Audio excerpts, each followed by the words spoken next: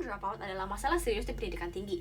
Dampaknya bukan hanya ke mahasiswa secara pribadi seperti karir dan kondisi finansial, tapi juga ke universitas karena menurunkan tingkat retensi dan akreditasi.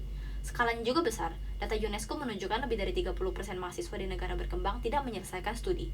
Dan di Indonesia sendiri tahun 2023 ada lebih dari 350.000 mahasiswa yang drop out. Sebenarnya, indikator akademik seperti GPA, nilai, SKS, dan kehadiran bisa jadi sinyal awal. Tapi karena monitoring masih manual dan reaktif, mahasiswa beresiko sering teridentifikasi terlambat. Inilah alasan kami menggunakan machine learning sebagai pendekatan proaktif untuk mendeteksi pola resiko dropout lebih awal, sehingga universitas bisa memberikan dukungan tepat waktu.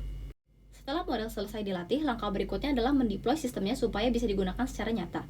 Arsitektur deployment kami terbagi menjadi 3 bagian utama.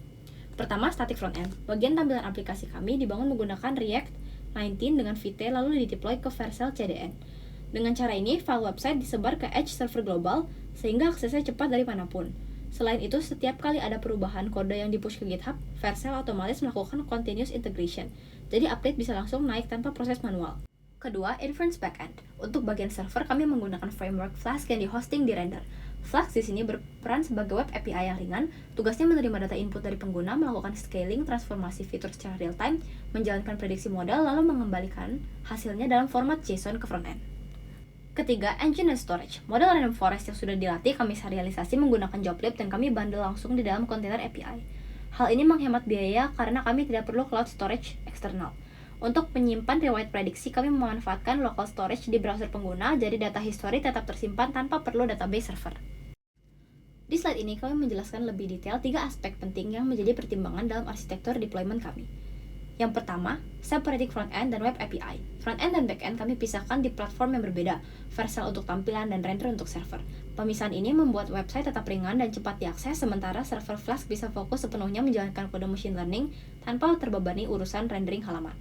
Yang kedua, model bundling, file model AI yang sudah dilatih berukuran sekitar 27 MB dalam formal.pickle.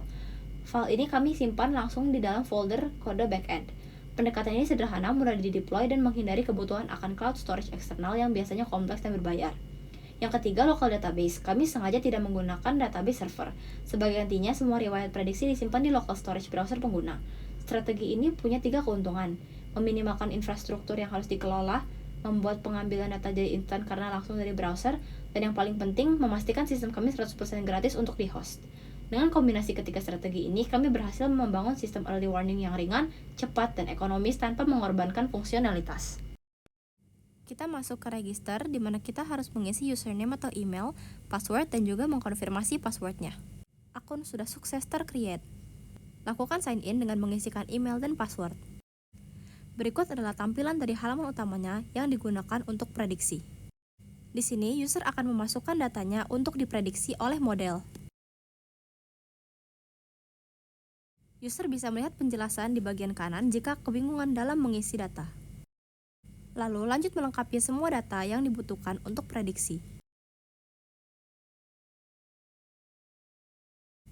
Lalu klik Analyze Academic Data untuk melanjutkan ke proses prediksi dan analisis. Berikut adalah hasil dari prediksi dan analisisnya. Berikut adalah fitur history. Dan berikut adalah fitur Manage Data. Di bagian Manage Data bisa melakukan delete record.